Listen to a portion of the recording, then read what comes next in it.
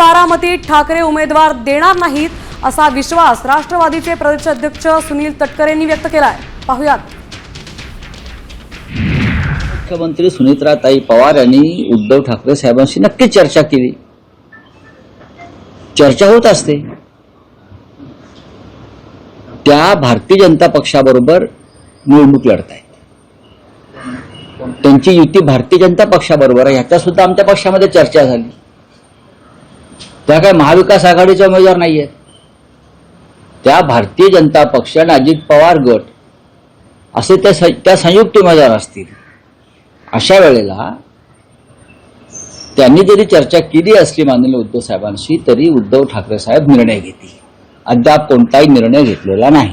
आदरणीय पवार साहेबांच्या पक्षाने उमेदवारी देणार नाही असं बेचा अगोदरच घोषित केलं। उद्धवजींच्या सुद्धा चर्चा झाली, तेही उमेदवार देणार नाही आहेत। काँग्रेसचे अध्यक्ष खरगे साहेब यांच्याशी कदाचित आजपर्यंत आमचं बोलणं होईल आणि त्यांनाही आम्ही विनंती करणार आहोत, कारण ज्या पार्श्वभूमीवरती ही पोटनिवडणूक होते आहे ती महाराष्ट्राच्या दृष्टीकोनातून सुद्धा एक संवेदनाशील बाब आहे। गेले 40 वर्ष महाराष्ट्राच्या राजकारणामध्ये आपल्या कर्तृत्वाचा एक वेगळा ठसा दादांनी जो उमटवला, अशा वेळेला ती निवडणूक बिनविरोध व्हावी अशी आमची सर्वांचीच नम्रतेची विनंती।